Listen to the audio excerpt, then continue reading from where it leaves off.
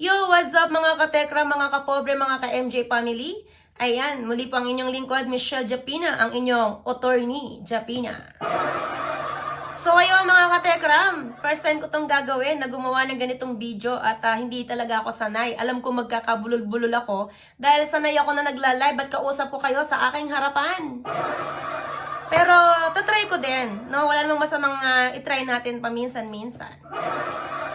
So, ang bibigyan po natin ng reaction ngayon mga katekram ay ang post ni Stephen Montealto habang or after nag-live sila Kuya Tekjun kasama si Dave kanina. Okay mga katekram, ayon sa kanyang post na nakikita nyo dyan sa ating screen, usong-usong ngayon yung akala mo, totoo yun. Yun pala, pinaglalaroan lang ang lahat. It's a prank.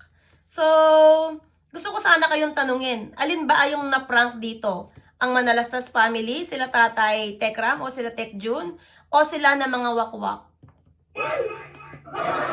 Comment down below. Pero kahit pinagko-comment ko kayo, syempre reactionist ako, di ba? Meron ako syempre sariling opinion. Syempre, di ba? Si Atty. Japina pa, di magbibigay ng opinion. So, alam naman natin mga katekram, unang-una pa lang, pinlano nila ang pagkuha sa kay Dave. Noong mga panahon minor de edad pa to. Planado nila na pasakitan at saktan sila Tatay Tekram at ang Manalastas family. And dito nga, nasaksihan natin yung nagulat tayong lahat, nagulat ang lahat, nagulat sila Tatay Tekram at ang kanyang pamilya. Umasa sa pagbabalik ni Dave na yun nga, no, nag-alala pa sila ng todo, umasa sila na namamanipula lang sa Manaoy.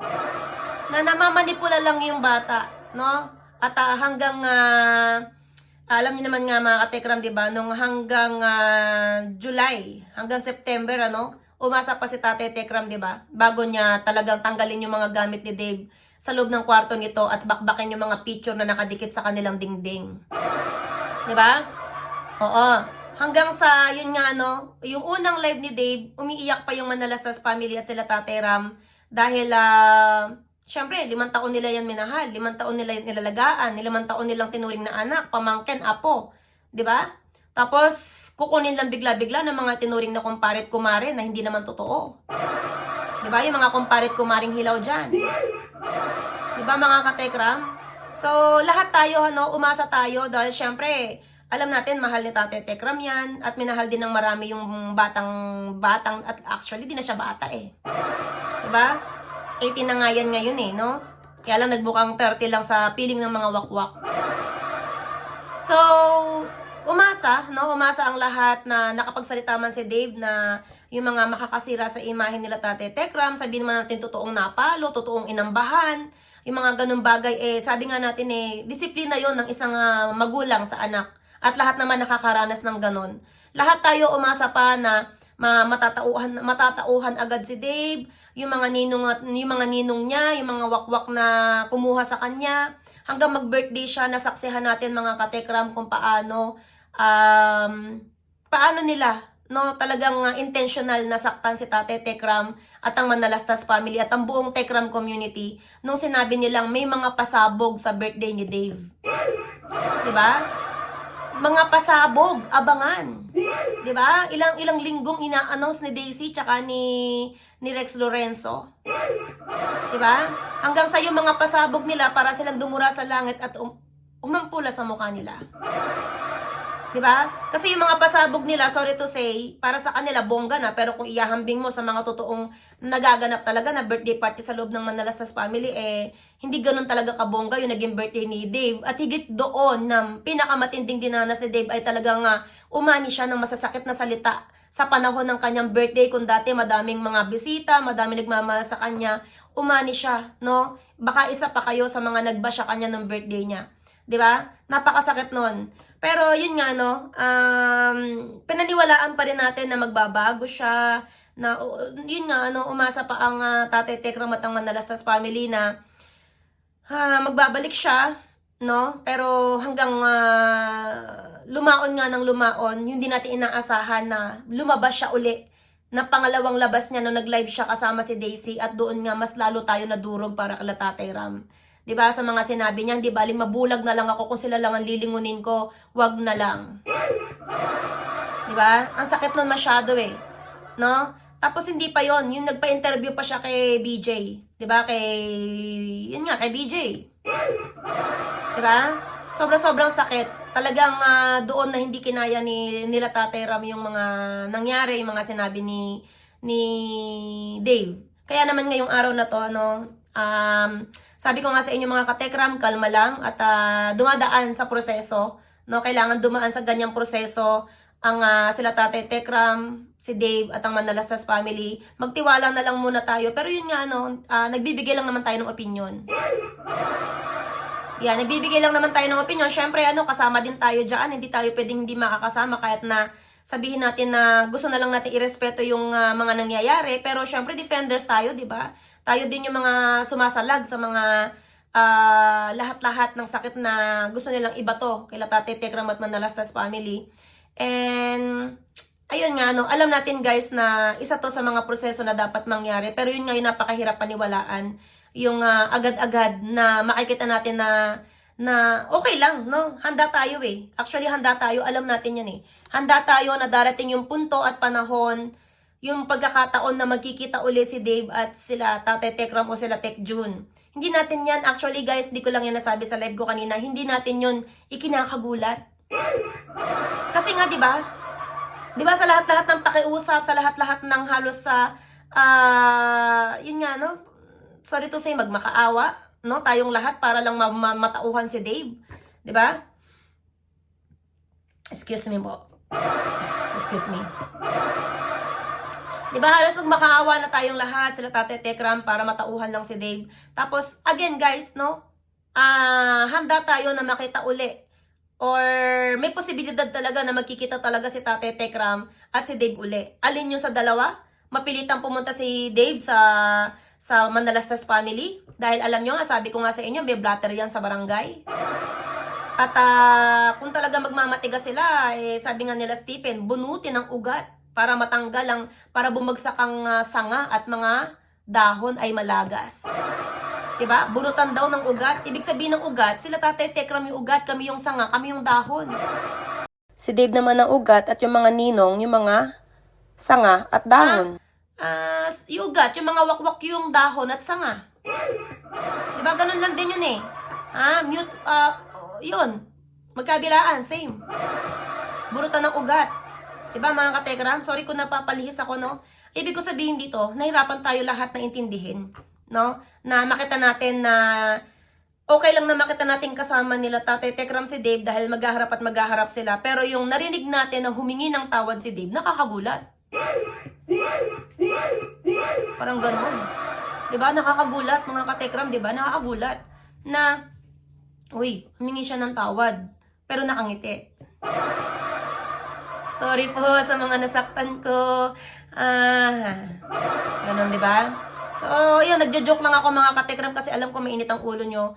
Pero, yun nga, lahat-lahat na sinabi ko na yan, connection sa sinabi ni Stephen. It's a prank daw. Alin mo it's a prank doon? Yung, dito, usong-usong ngayon yung akala mo totoo yun, yun pala, pinaglalaruan lang ang lahat. Maaaring tayo yung pinaglalaruan. Kasi, nga sa kasabihan, kung nagawa na sa'yo ng isang beses, kaya pang gawin sa'yo ng pangalawa at pangatlo. Kayang-kaya nila yung ulit-ulitin eh. Kasi nung una ba, nung kukunin nila si Dave at gagawin nila yung mga ganito, di ba? Inakalaban ng Tekram at ng Manalastas family. Di ba hindi? So ngayon, akala nila tanga pa rin tayo at mga bobo, kaya sasabihin nila, usong-usong ngayon yung akala mo totoo yun pala, pinaglalaroan lang ang lahat. No, no, no. Hindi nyo kami mapaglalaroan. Maaaring mapalambot nyo ang puso ni Tatay Ram, pero andyan pa rin ang Kuya Poren. Andyan pa rin ang isip at damdamin ng Manalastas family. Akala nyo? Hindi ulit humantong sa ganito. Sorry po kay Tatay Ram at again, nakikiisa po kami sa inyong desisyon at nandito po tayo para sumuporta hanggang dulo. Pero yun nga masakit sa amin kung gagaguhin kayo nitong mga ito. Masakit sa amin kung patuloy kayong sa harap-harapan namin lolokohin, pasasakayin. Pero sabi ko nga mga katekram, kalma. Kalma. Kasi alam natin kahit papaano, hindi naman ganun. Ha? Hindi naman ganun na magpapauto sila Tate Tekram. No? Kahit alam nating mahal na mahal niyan at minahal niyan si Dave. Pero sa mga nangyari, may natutunan naman niya kahit papaano. Tsaka, yun. Sa ngayon, no, sabi ko nga po sa inyo, magtiwala lang tayo sa proseso na kanilang ginagawa at pinagdadaanan. Pero yun nga, akala siguro ng mga wakwak, wala lang to. Parang, tawag dito, ganun lang nila, maluloko uli sila Tatay Ram kung ito man yung tinutukoy ni Stephen na usong-uso ngayon yung akala mo totoo yun pala, pinaglalaroan lang ang lahat. Ha? Piling nyo kami laruan? Hindi kami isang laruan. Ano ko akala nyo napabilib nyo kami agad sa pagharap ni Dave sa camera para mag-sorry, pero yung sorry niya nakangiti tapos hindi sincere. Okay. We accept, kasi nga sabi nga namin susunod kami, ano man ang maging desisyon nila Tate Ram at ng Manalastas family, pero hindi kami tanga. At kung if ever naman na papalabasin ni Stephen na sila yung nasasaktan, sila yung na-prank ni Dave, na pagtapos ng lahat-lahat, iiwan lang sila, wala pa tayong masasabi dyan. Ika ko nga, magbilang tayo ng kiti, pagpisa na. Ibig sabihin, mga katekram, antayin muna natin yung mga susunod na aksyon, yung mga susunod na pangyayari.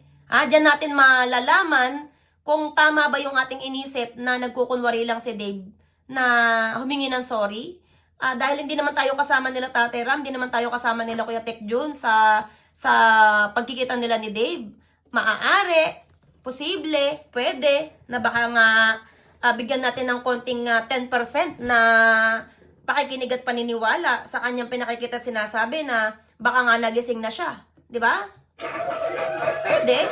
Di ba kasi gusto naman natin mapaayos ang Tekram at ng Manalastas family, ang Tekram community, maging tahimik. Di po ba? Kaya lang naman tayo maingay kasi pinagtatanggol natin yung tama. Di ba?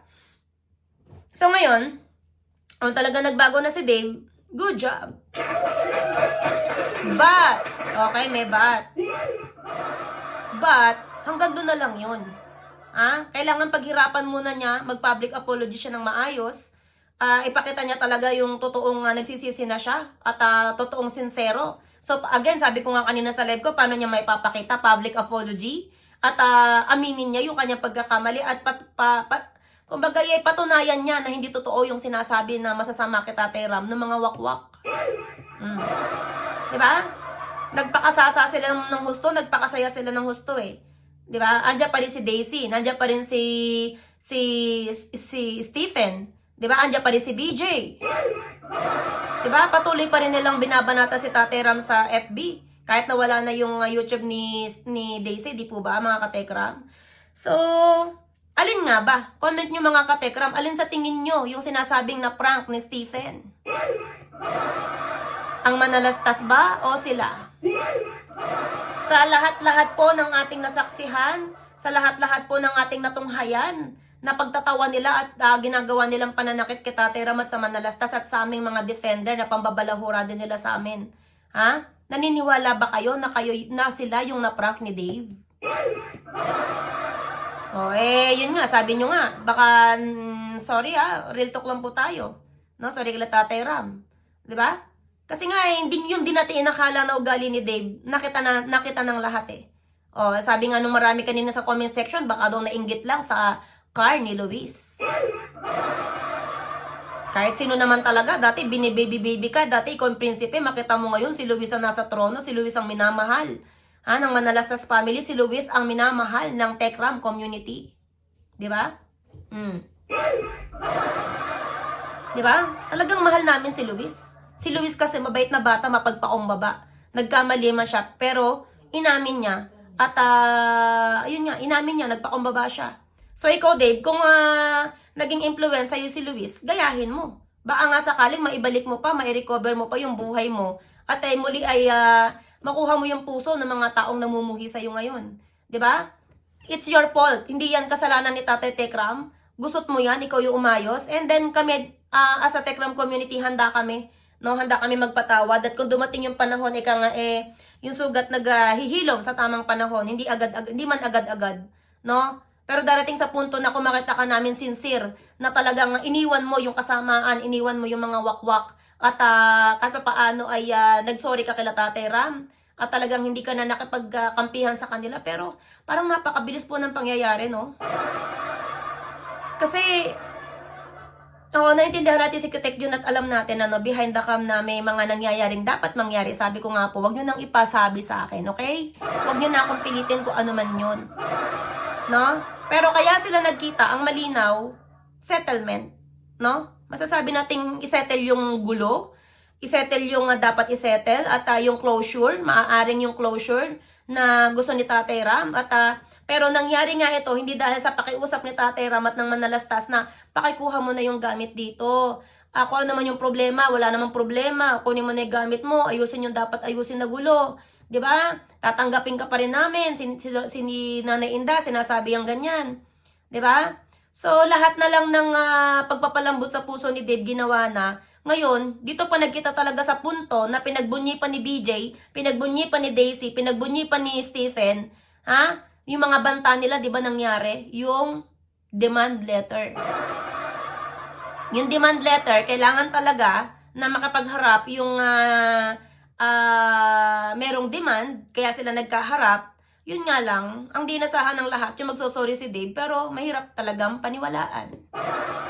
So ngayon, again, mga katekram, comment down below. Sino ba yung tingin nyo na maaari at pwedeng napaprank dito? Si Tatay Ram, ang Manalastas family, sila Kuya Tek Jun, o ang mga wakwak? Ha? Comment nyo dyan. Comment down below. No? Although, nasabi ko na yung opinion ko. Sa lahat-lahat ng ginawa nila sa Manalastas, sa lahat-lahat ng plano nila hanggang umabot sa ganito, hindi sila nagpapigil, hindi sila nakapag-settle. Pero ngayon, sasabihin, it's a prank. Yung akala mo ngayon, totoo yun pala, pinaglalaroan lang ang lahat. Diyan kayo nagkakamali. Actually, nakakapagod naman po talaga makapag-rebat, nakakapagod na makipaglaban ng ganito. No, sana nga matuldukan na, closure na, pero ayun, kay Stephen, parang ang hirap po maniwala na alin man sa dalawa. Bahala na kayo, mag-comment muna kayo dyan mga katekra, mga kapobre, no? At ayun, first time ko tong ginawa, yung ganitong reaction na hindi live. Yung di ka masyadong, hello, hi, ganun. Pero syempre, yun na nga lang ang pagpapasalamat namin po sa inyo, di ba? So yan mga katekram, at ito lang po muna yung ating reaction video. Pero dito talaga ako, nakakalungkot pala pag wala kayo sa harapan ko. Nakakamiss kayo mga katekram. So yan, comment down below. Comment nyo yung inyong opinion, yung inyong damdamin dyan. Naniniwala ba kayo na na-prank ang mga wakwak? Na-prank ni Dave ang mga wakwak? O maaaring prank pa rin nila ito sa Manalastas at kila Tatay Tekram? So yan, maraming salamat mga katekram. Sa mga hindi pa po, no, nakasubscribe sa ating channel, huwag niyo pong kalimutan i-push yung subscribe, yung notification bell, at paki-share and like na rin po itong live. At kita-kits po tayo sa mga susunod pa nating mga live at video. Ayan. At andito din po yung aking Facebook page. Ayan. Ipaki-follow nyo na rin po. At I love you all. Bye-bye. Bye-bye.